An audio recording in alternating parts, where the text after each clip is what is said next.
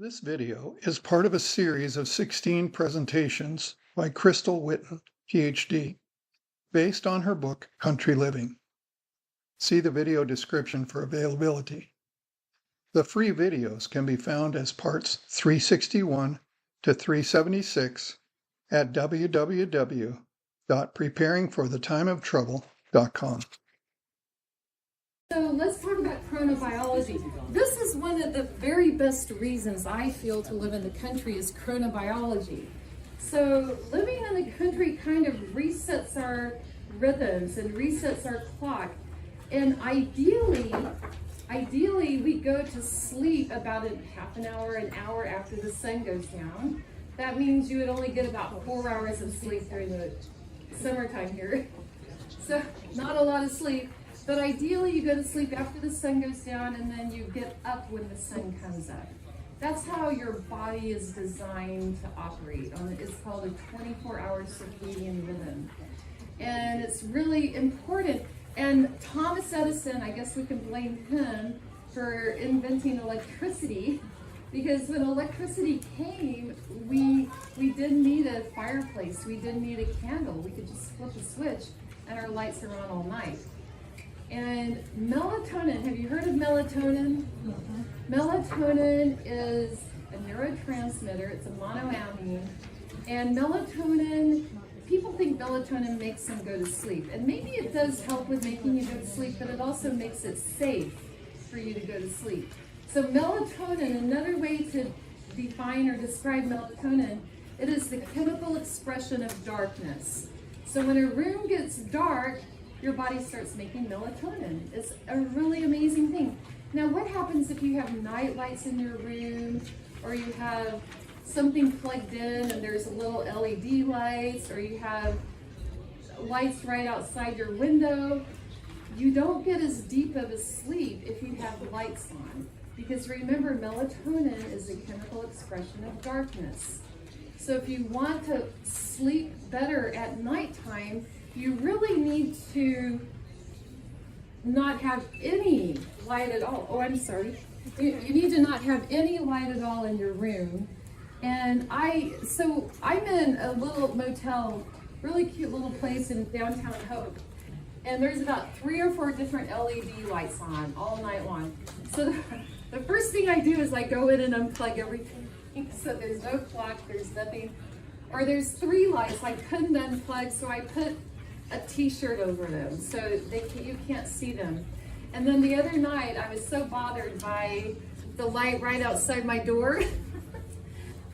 Before the light came on, I went and unscrewed it, and I'm going to screw it back in before I leave. But so that's how important it is to have a dark room when you sleep at nighttime. And I don't know, has anyone seen those slippers? They're big fluffy house shoes that when you walk, there's a light on the toe and it points a light for you. That's what you need. We all need those slippers with a light.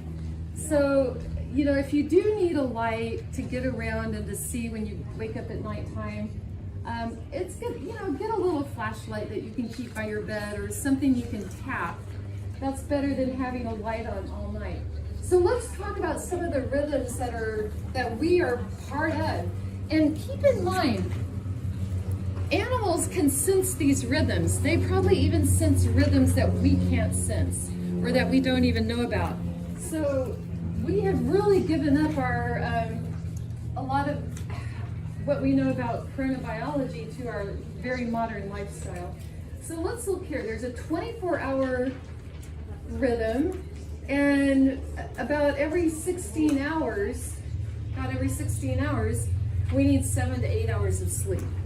So that's the 24-hour cycle. That's called a circadian rhythm. And that coincides with darkness. And then we have a rhythm that's produced by consuming meals. So this is kind of our stomach empties. And now our stomach is telling us, might make a growl. We might feel a little bit of a hunger pain. That's another rhythm that we are very much in touch with that one, right? So when we're hungry, we know we're hungry. Women have a 28-day cycle, and everyone knows about that, right? So I know that when I turned 47, my mom died, and I never had another period. So the stress of that, it just stopped. And I'll tell you what, that was a wonderful thing, actually. That was actually, I didn't have any hot flashes, anything at all. It just stopped. So for me, that was kind of an unexpected blessing, which I have appreciated. But for women, that can be a tough thing to have that 28-day cycle. There's a lunar cycle, which is 29.5 days. So we get a new moon every 29.5 days. There's a yearly cycle, 365 days. And there's tidal rhythms every 12.4 hours, and we have those calendars, tidal calendars. And our hormones follow a rhythm. And let me tell you about our thyroid hormone and vitamin D, because this is kind of an interesting rhythm. So our thyroid, which is this little kind of butterfly-looking gland in our neck, and I'm kind of pushing mine around. The thyroid actually secretes thyroid hormone in response to cold. So what is happening with our thyroid right now? It's resting. That's right. It's not getting a lot of stimulation because it's summertime. But what are we getting a lot of? We're getting a lot of vitamin D. Who said vitamin D? Smart people over there. I thought, yeah, a couple of you ladies said that. So in the summertime, vitamin D, we get out and we get a lot of sun and we get the vitamin D, and vitamin D really boosts our immune system. It really starts making our bones really, really healthy.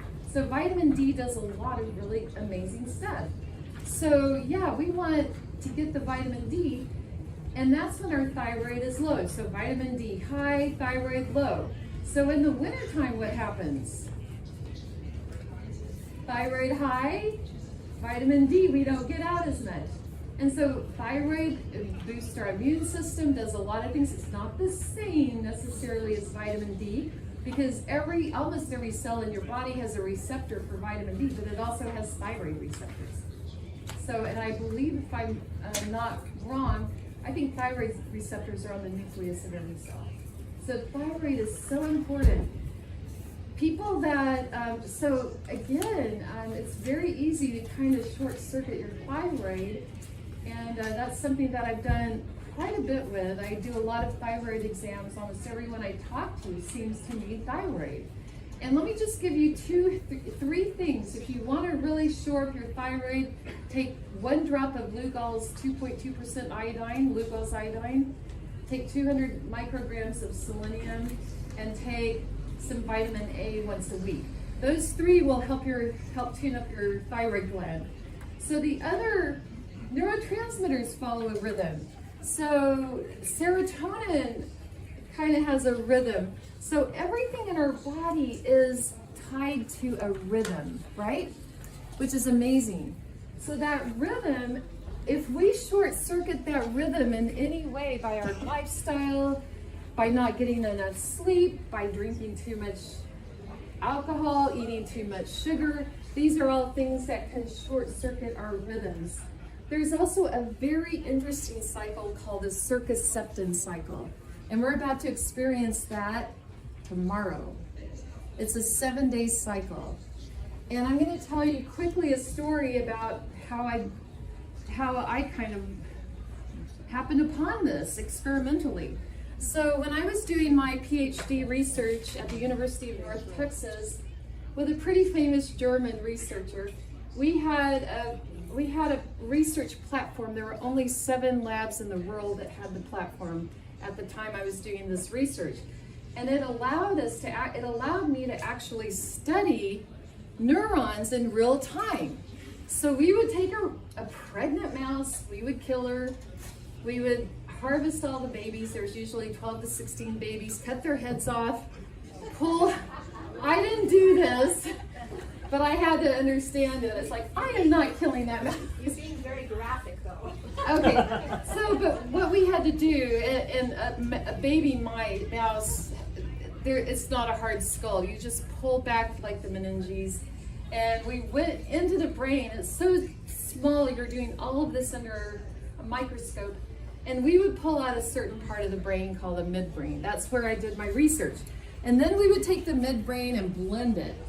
And then we would put these electronic chips that were on glass, we would put them in a petri dish, put a feeding medium on top, and then put the neural cells in there. And what would happen, a brain that reflected, we would get a layer of brain cells that reflected what was actually in the mouse.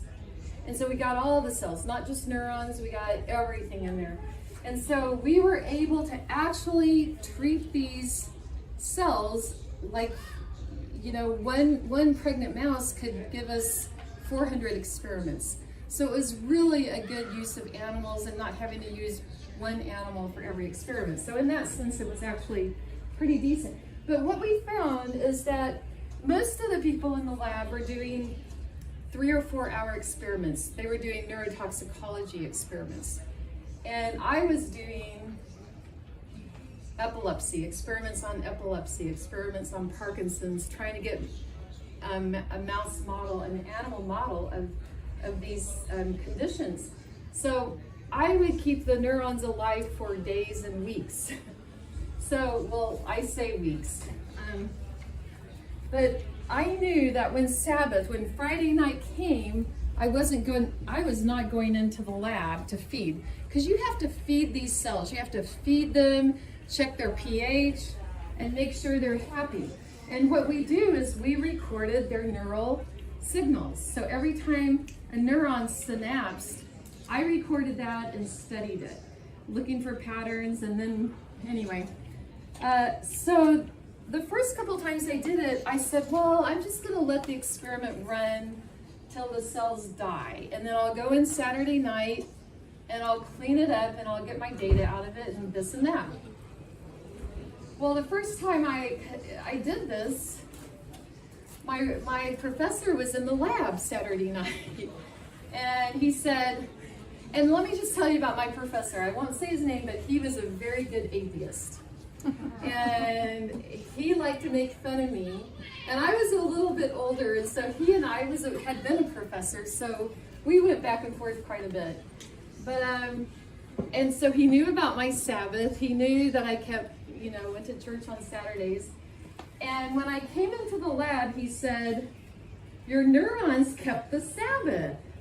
And I said, "What are you talking about, Professor?" He goes, "No, your neurons kept the Sabbath." He said, "When Friday night came, the activity went up," which never happens unless you stimulate it. But I didn't do anything to him. The activity went up and it stayed up during the Sabbath hours, and then it crashed.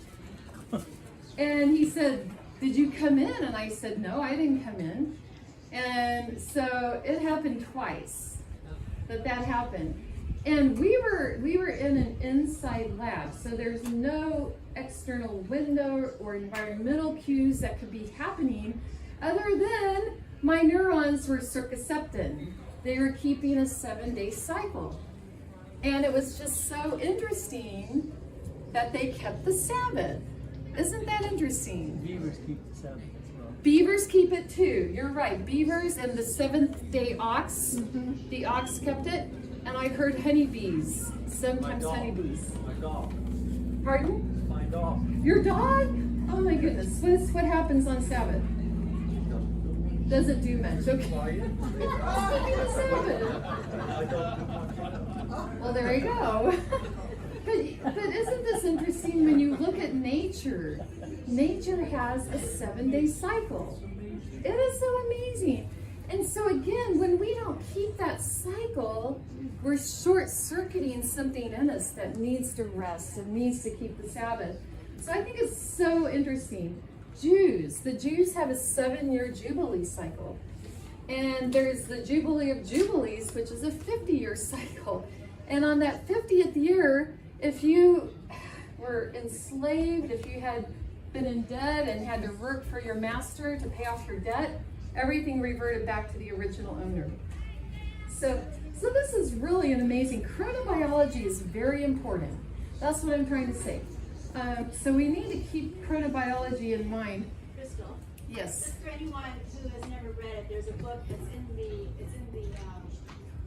ABC, or maybe it's out in the news books. It's called The Seventh Day Ox. It's a great book. It's a great book. If you haven't read The Seventh Day Ox, I highly recommend it. It's one of the best books out there. It's very good. It was a gift. Someone gifted it to me. Actually, they gave it to me and they said, read it and pass it on. So it was one of those books that I read a couple times and then grudgingly passed it on to someone else. But that means more people can read it. So yeah, it's a great book. So uncoupling our body's internal natural rhythms from external cues is not really very healthy. So that's just kind of, we're not going to dwell on it too much more. This is kind of interesting. So circadian rhythm, when you uncouple it, it disrupts glucose homeostasis. It leads to obesity, fatty liver, disrupted lipid homeostasis, high blood pressure, sleep disturbance, all of this, depression. Very important things happen when you disrupt your circadian cycle. And by the way, if you do have my book, all of this is from my book. So I promise there's more in the book than up here, just because we don't have enough time. But this is from the Journal of, Internal Medicine. So even medicine is now recognizing that the 24-hour, the circadian rhythm is very important. This is a pathway of melatonin. Now, this pathway is so critical to understand. So I really think if you understand this, it didn't even used to be in most biochemistry books. I mean, it was a very kind of obscure pathway, and now it's in the books, but before it was only like very just alluded to. The rarest amino acid, tryptophan, the rarest amino acid is what is a precursor to making melatonin. But if you're deficient in niacin, if you're not getting enough niacin, you're going to waste this down the kynurenine pathway, which makes niacin. So niacin deficiency, B vitamin deficiency, people can actually get Parkinson's from having a B vitamin deficiency, not getting enough protein in their diet.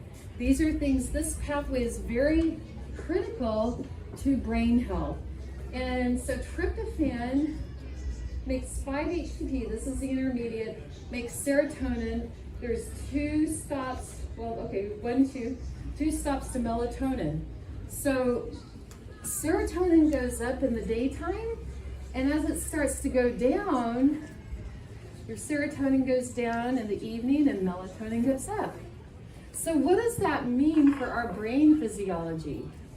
So don't do important things in the evening when your serotonin might be trying to make melatonin.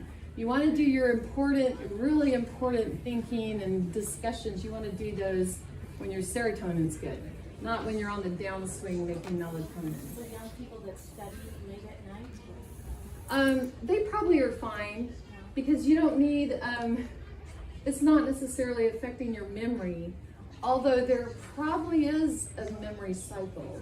The acetylcholine probably is cycling. So I don't know, that's a good question. I'm gonna look into that. So let's keep going. Melatonin and aging. So we actually age faster when we don't get a lot of sleep. This is something that's known. So that's another reason we want to go to bed early. And the sleep we get before midnight is more refreshing.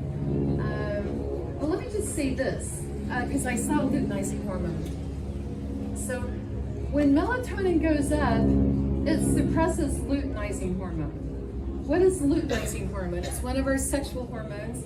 And when it's high, that means that testosterone is now pounding every cell in your body with testosterone or estrogen. Okay, but at nighttime when melatonin goes up, it pushes luteinizing hormone down. So it protects your body for 7 or 8 hours while you're sleeping. For you men, it protects your prostate.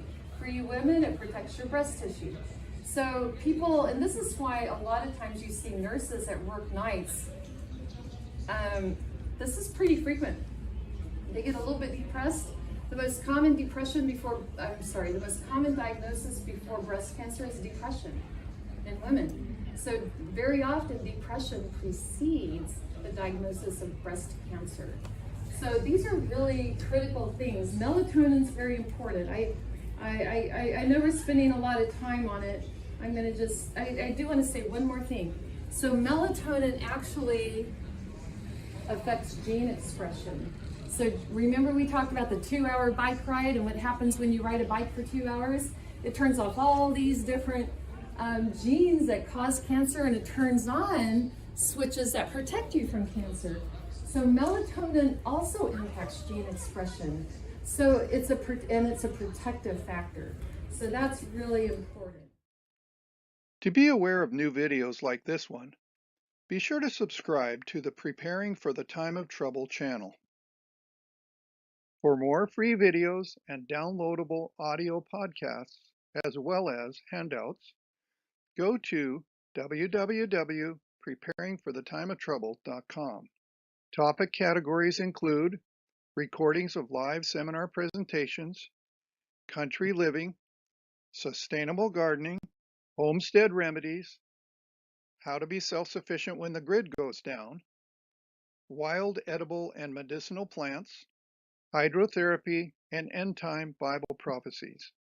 To take advantage of these free resources, go to preparingforthetimeoftrouble.com.